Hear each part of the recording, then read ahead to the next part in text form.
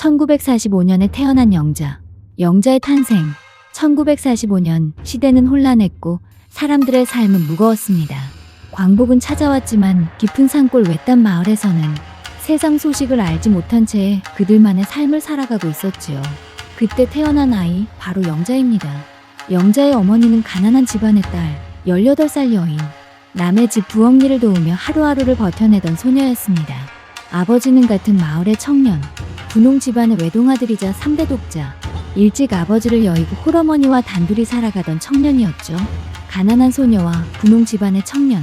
사람들은 그들의 만남이 너무나 당연히 아름다운 결실로 이어질 거라 생각했습니다. 그렇게 두 사람은 사랑하게 되었고 마침내 영자는 1945년에 태어났습니다.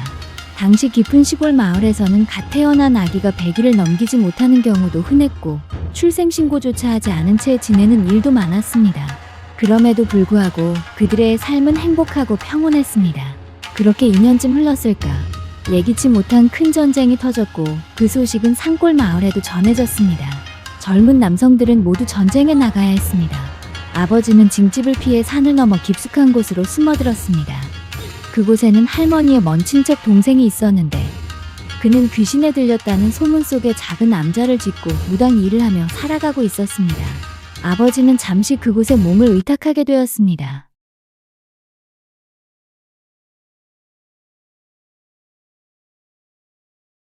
이 마을의 이름은 광채마을입니다. 아마도 빛광채굴할 때 채를 써서 광채마을인 듯 합니다.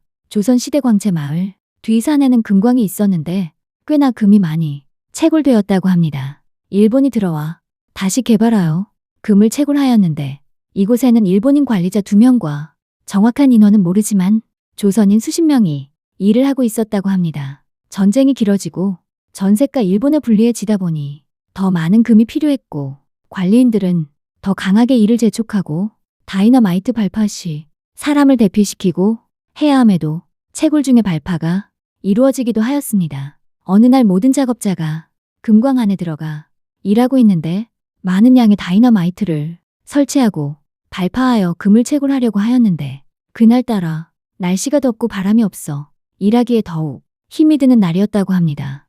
다이너마이트량도 다른 때 2배 이상 설치하고 설치 시 다른 때 2배 깊이로 구멍을 내어 그 속에 다이너마이트를 넣고 금광에 사람들 나오라고 해야 하는데 일본인 관리자는 이조센진이 급해 죽겠는데 뭘 하는 거야. 그리고 심지에 불을 붙였고 얼마 후 폭발했는데 기존의 2배인 다이너마이트는 폭발하여 관리인 2명과 폭파 전문가 모두 그 소리와 진동에 잠시 기절하여 정신을 잃을 정도였다고 합니다. 소리도 소리지만 그 진동은 주변의 산바위가 갈라져 작은 산사태가 날 정도.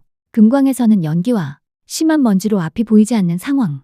당연히 금광은 무너져 안에 작업하던 많은 사람들은 갓 튀어나올 수가 없었고 이 책임에 일본인 관리인 2명은 도망치고 폭파 전문가는 일본 순경에게 잡혀가 사형 선고를 받았다고 알려져 있습니다. 그리고 마을 사람들 광부들 가족은 구하려고 몇 달을 노력했으나 바위 동굴에 너무나도 심하게 무너진 금광의 입구 조금 밖에는 구조 작업이 진행되지 않았고 일본군도 전쟁에 불리하다고 신경 쓰지 않은 채 폐광으로 모두의 접근을 막았고 지키던 2명의 군인도 몇 일 안 되어 일본어로 폐광 접근 금지 편말을 남기고 사라졌다고 합니다.